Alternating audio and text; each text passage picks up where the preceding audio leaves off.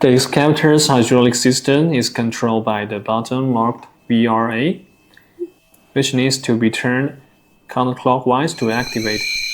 If it is not activated, the excavator will have no power, the dozer blade won't move, and the support leg won't operate either.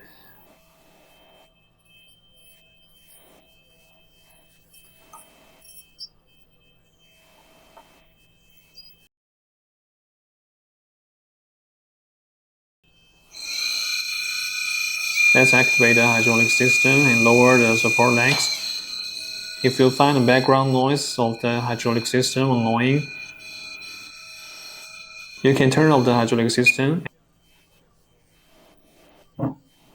and push the hydraulic lever marked SWF upward.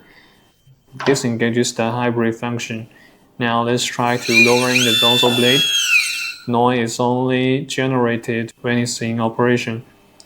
There's no noise when it's idle.